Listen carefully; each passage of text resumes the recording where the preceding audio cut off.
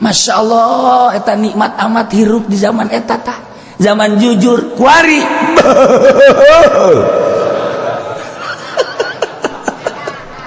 ya Allah Masya Allah kari jujur jasa terus tidak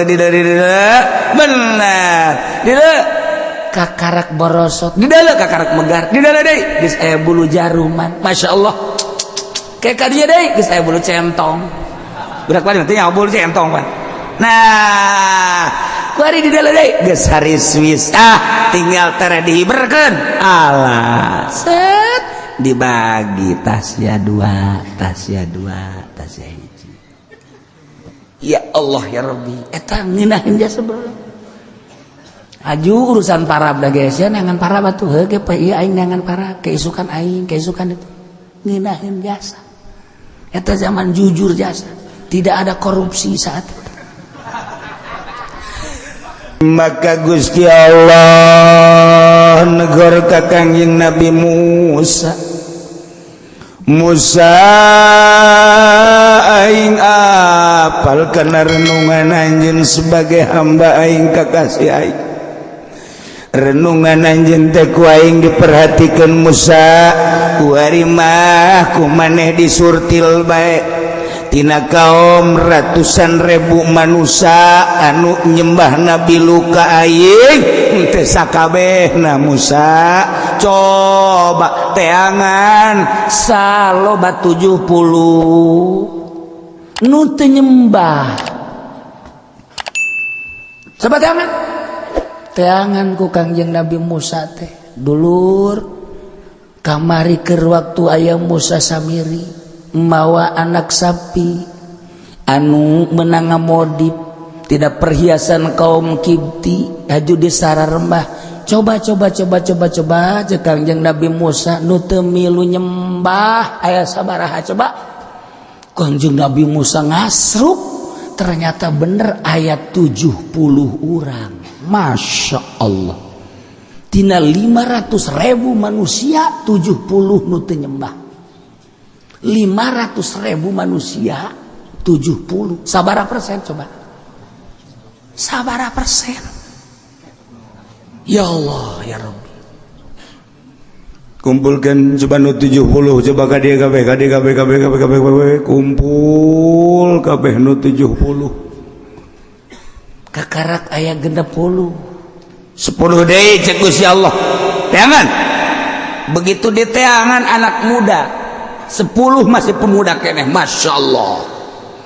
umuran bangsa 17-18 tahun anak muda anu teu milu nyembah ka anak sapi anu kepedek 10 kade cek kade anak muda Masya Allah ya 10 sore ku Kangjeng Nabi Musa nu 70 dikumpulkeun pemuda kunaon tuh ketika ku Kangjeng Nabi Musa kaistimewaan ieu kaistimewaan ketika ku Kangjeng Nabi Musa dek di beat dek dibawa munajat aneh eta nu 70 isuk-isuk jadi kolot kabeh kolot nu tadina mah kakarake kumisna bulu jarum janggot bulu jarum budak kuari mah teh nyaho bulu jarum ya teh nyaho ka manupan baheula mah urang ngapan osok asal aya manuk mamawa betuh kut aju cek nu kadua pen anu udah kata aing dulu aing mantas aing boncit kitu kan baheula budak kuari mah teh nyaho kuari mah meuli bae manuk boga duit teu boga duit maling taron aja mah bola mah aja kajawan jasa jujurna aduh kurang di deuleu manuk di mana coba nyayangna oh di tangkal anu sana bisa naik coba naik engke 5 poe naik oh geuri geus endogan sabaraha endogna kakarak aya 2 kesam kuda oh geus endogan sabaraha endogna aya 5 oh kuari keur dikereman tuh baheula mah mun aya 5an sering hiji lamun aya 5 kebeneran ieu teh ngan tiluan engke 2 nu hiji saurang babari baheula mah terus dikereman di daun tongan haju dicirian ditangkalna tek bae make asal aya nu kos kitu berarti geus aya nu boga batur ge datang ka dinya, oh geus aya nu boga nyaun jujur jasa baheula mah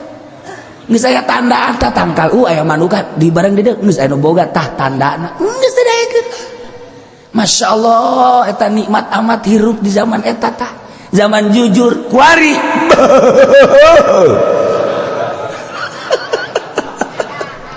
ya Allah. Masya Allah kari jujur jasa terus tidak benar tidak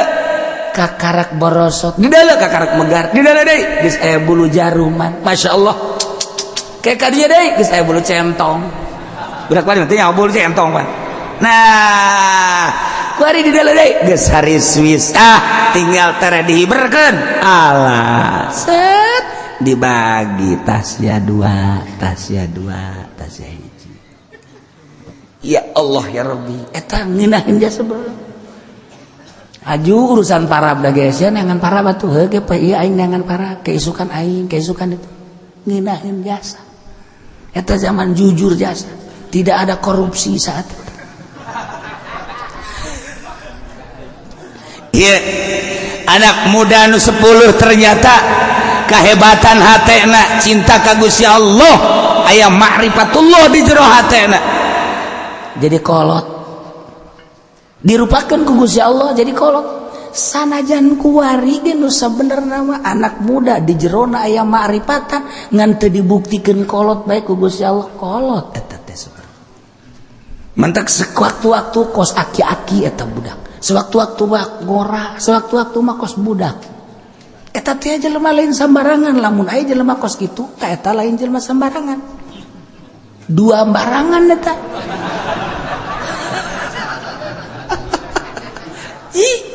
sebab naon eta kumaha keur mantengna hate lamun keur manteng ka Gusti Allah kolot kajen gua kumaha ge kajen ting budak belasan tahun kolot bae lamun keur biasa-biasa kadeureuna ngora lamun kabeneran nyana neuleuh awewe anak muda deui biasa deui bae itu no problem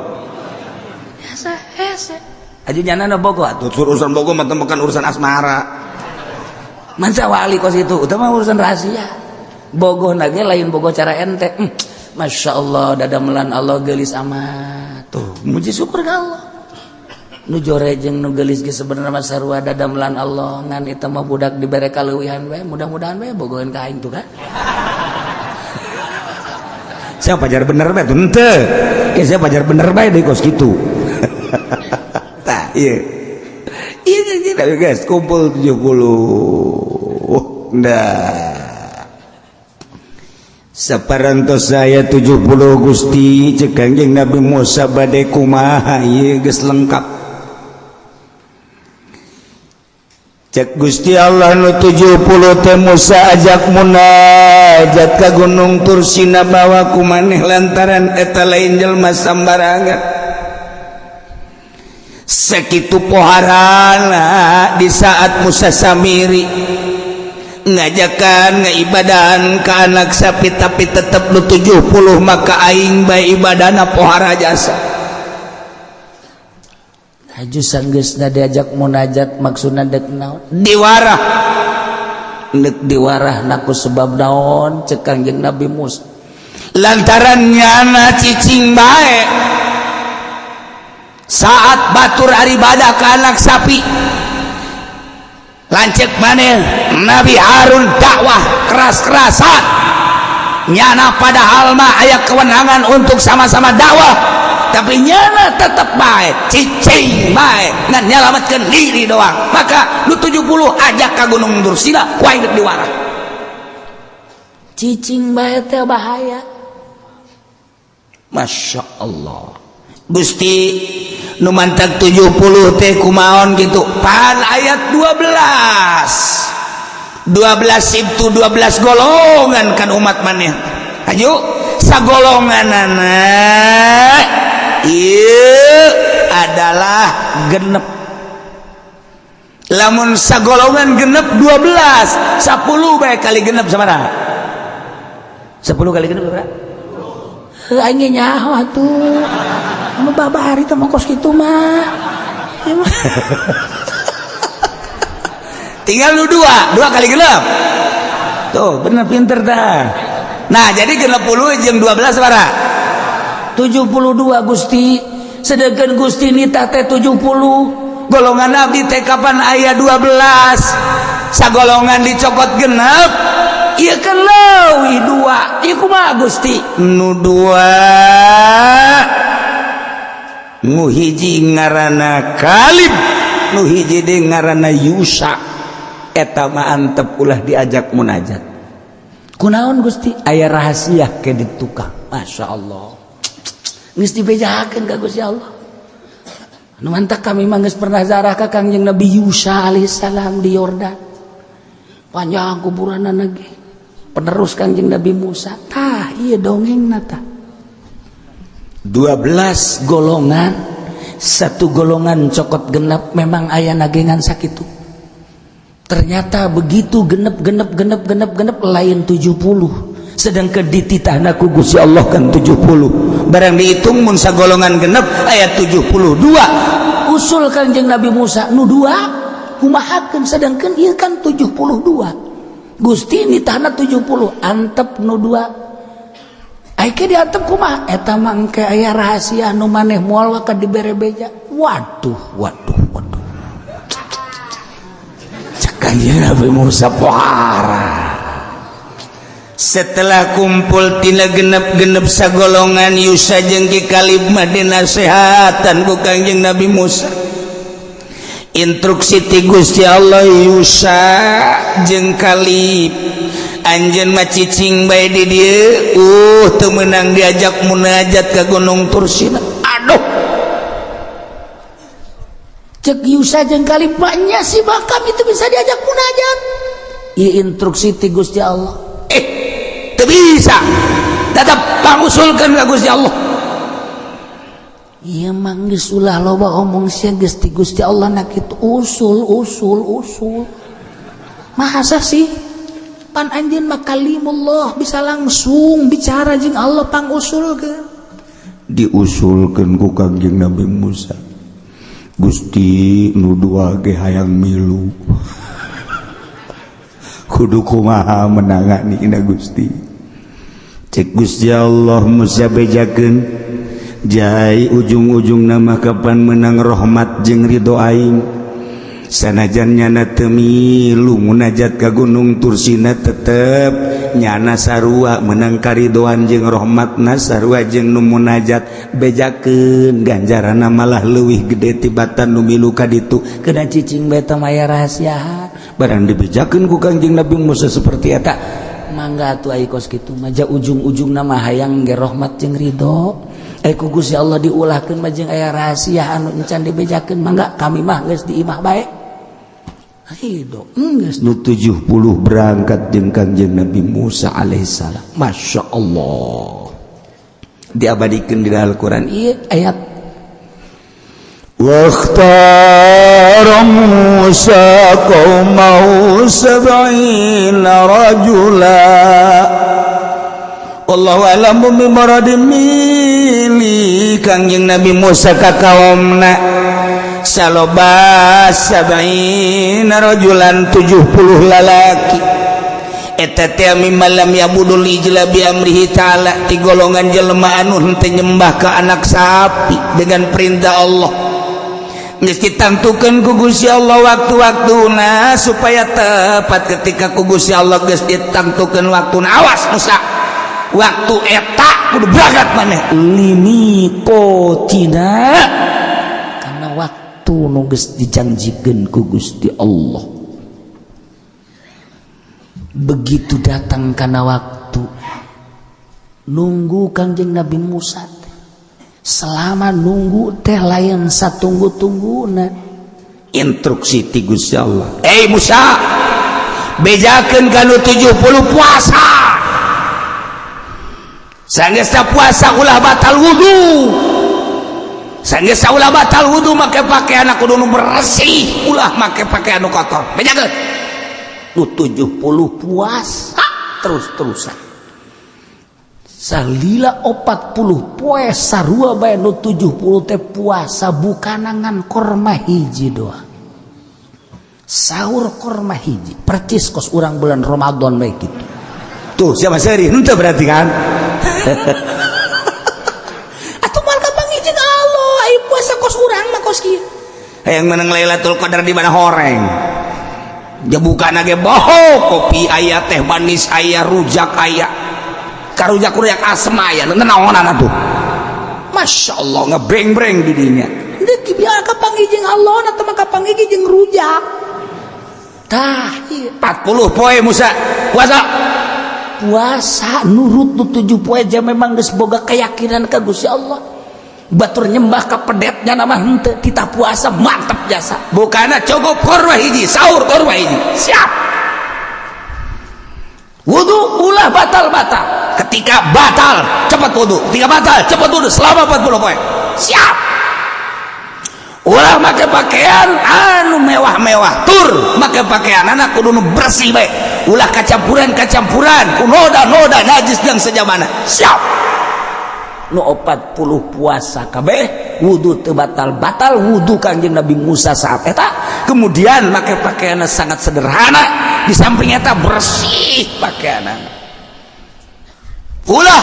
kapagih jeung sasaha heula nu 70 tateru ka aing kabeh cara ricing bae tuh nu mantak urang ge deuk kapanggih jeung Allah teh kos kitu ulah kapanggih jeung pamarentah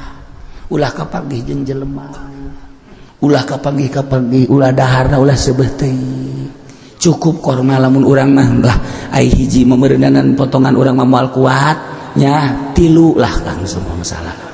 3 kan sok gede kieu korma kuari aya korma Amerika teh tuh pada teh sok pada kieu tah ngadahar 3 ge teh mah moal senep basana teh mah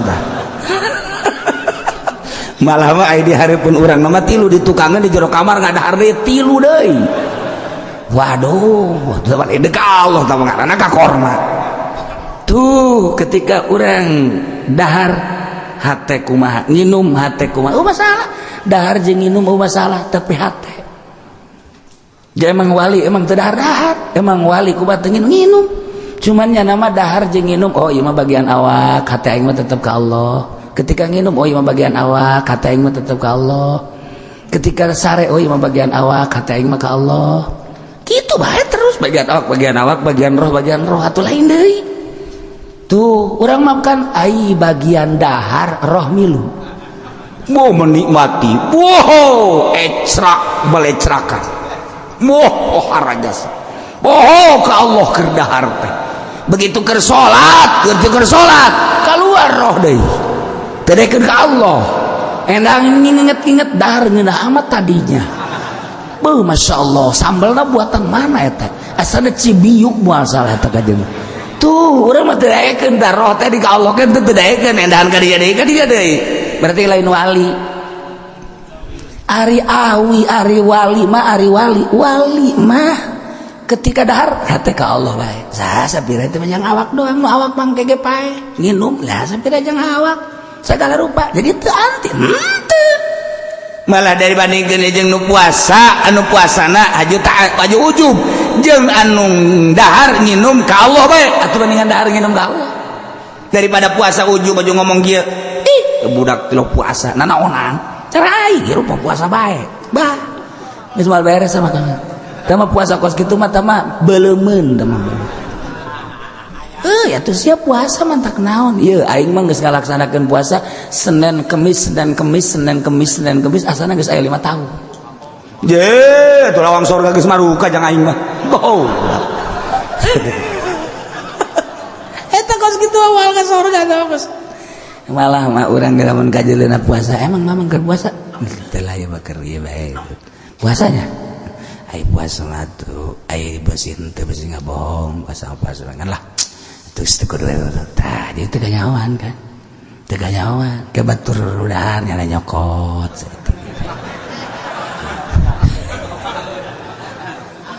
maksudnya henteu nyokot doang abeh teu kadele puasa tapi teu didahar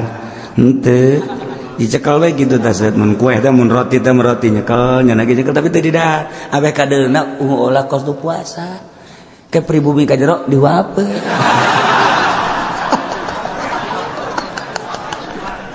tolol jelema eta riat itu gitu hayang kanyawan oh berarti keur puasa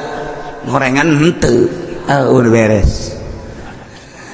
geus puasa 40 poe wudu teu batal-batal make pakaian sederhana nu bersih culu kana waktu ninggang kana mangsa limiqatina kana waktu anu geus ditangtukeun ku Gusti Allah atuh faqaraja bihim kaluar Kangjeng Nabi Musa bareng jeung nu 70 menuju Gunung Tursina. Masya Allah karim. Inilah jelema-jelema pilihan anu ketika batur nyembah ke pedet cenah mante cuman sayang manehanana teh ieu henteu ilu dakwah batur-batur nyana-nyana jadi aya usimna usim dakwah usim henteu kuduna kan kitu hirupna usim dakwah usim henteu masalah ieu mah cicing bae usim dakwah jana cicing bae berangkat jeung Kangjeng Nabi Musa naik ka Gunung Tursina ngan cek Kangjeng Nabi Musa di pertengahan cicing heula manehnya kula heula dek ka luhur sorangan instruksi ti Gusti Allah mangga naik Kangjeng Nabi Musa ka luhur begitu naik Masya Allah turun cahaya seperti mega di luhur langit hese dicaritakeunana anu lir teu beda jeung mega turun ka handap tetapi dicaritakeunana hese nu mantak hese warnana disebut berem lain disebut koneng lain disebut biru lain disebut hejo lain disebut herang lain disebut hese warna eta teh hese dicarita tercengang kabeh keindahan warna nu turun ti langit kakara Kangjeng Nabi Musa ngawean nyauran yap kadia aing geura kade narae kabeh narae asup ke jero mega eta mun cara mega cahaya nu luar biasa Masya Allah karim pohara di jero eta teh keindahan anu luar biasa kabeh sararujud ku nikmat-nikmatna 70-an brak dikersakeun ku Gusti Allah teh bisa ngadenge nyana teh mukalamahna Kangjeng Nabi Musa jeung Gusti Allah Kangjeng Nabi Musa teh mukalamah jeung Gusti Allah aya instruksi kadenge teh kudu 70-an if'al la tafal kerjakan anu jangan dikerjakan anu pagawe anu pigawean anu ulah dipigawean eta nu 70 ngadengekeun nikmat luar biasa hanya ngadengekeun ge lain ngadengekeun lain ngadengekeun sunan kitu ngaranna bahasa Allah ngadengekeun ge suara Kangjeng Nabi Musa anu kadengekeun mukalamah jeung Gusti Allah sakitu nikmat pohara jas ngeunah da lain lalagaan nikmat pohara jas geus lila langsung naik deui ka luhur eta si cahaya mega kabeh bersyukur ku ngeunah teh ngadenge munajat Kangjeng Nabi Musa urang mun ngadenge doa para wali bae kan ngeunah urang ngadenge babacaan wali Allah emang teu ngeunah babacaan mah eta kena tapi penyentuh umat hate doana para wali padahal mah doana eta kena kok tersentuh hate urang kunaon sebabnya nana langsung jeung Gusti Allah urang doa nama eta kene babacaan eta kene tapi kok indah amat Quran mun dibaca ku wali Allah urang ngadengekeun ngeunaheun amat ko lain deui sih lain tina suara lain tina makhraj lain tina gaya tetapi aya keindahan tersendiri ngadengekeun wali Allah maca Quran teh lain deui kunaon eta hatena langsung jeung Gusti Allah urang ngadengekeun qori ngeunaheun tetapi datang ka ceuli doa seindah-indahna jeung sageunah-geunahna sabagus-bagusna makharijul hurufna datang ka ceuli doang cari tanang ke di luar ngeunaheunnya ngaji bagusnya makhraj ngan seukur sakitu. Tapi ketika wali Allah maca Al-Qur'anul Karim rada lain deh saya nyebutkeun anak kok tiis amat hate. Ketika ngadenge wali ngadoa kok ngeunaheun amat padahal mah eta kene ieu cacak-cacak wali Allah atuh komo Kangjeng Nabi Musa. Geus teu bisa dibayangkeun. Nu mantang sahabat babarengan jeung Kangjeng Nabi kabeh jadi wali Allah. Ashabi kan nujub bi ayyim iqtadaitum ihtadaitum. Sahabat kaula lir teu beda jeung bintang di langit anu gemerlapan. Kabeh bercahaya atuh panu dituturkeun ka Kangjeng Nabi. Anu dikupingkeunana suara Kangjeng Nabi. Bi ayyihim iqtadaitum ka mana bae anjeun nuturkeun? Sahabat ihtadaitum bakal meunang pituduh. Jehe. Nu mantap urang teh lamun ngadengekeun kiai anu lain pokona hate jadi lain deui sok dengekeun kiai partai baliklah haridang kunaon teh teu eureun-eureun ngajakan ka Golkar mah seneb aing mah eta sia datang eta si sok dibere duit oh eta sia tolol sakalian tolol bae aing mah seneb beda atuh komo ngupingkeun Kangjeng Nabi Musa kakuping muka lama jeung Allah lain suara Allah na tapi suara Kangjeng Nabi Musa nu keur munajat ka Gusti Allah indah amat masya Allah kabeh cirambai cai mata lain sedih tapi nikmat bunga nu pohara luar biasa eueuh papadaan indah na pohara nu 70 pohara idinya barang geus eueuh eta cahaya teh tiba-tiba aya gempa anu pohara gempa gunung oyag-oyagan nyana raragagan padahal mah teh munajat ngadenge suara Kangjeng Nabi Musa nu indah tapi tiba-tiba ieu goncang gempa falamma akhadhathumur rajfatu qala rabbi law syi'ta ahlaktahum min qablu wa iyyai atuhlikuna bima fa'ala sufa'u minna barang kakenaan ku goncangan gempa bumi anu dahsyat luar biasa nah make jeung digempakeun padahal mah mantas film munajat aya naon ieu wallahu a'lam.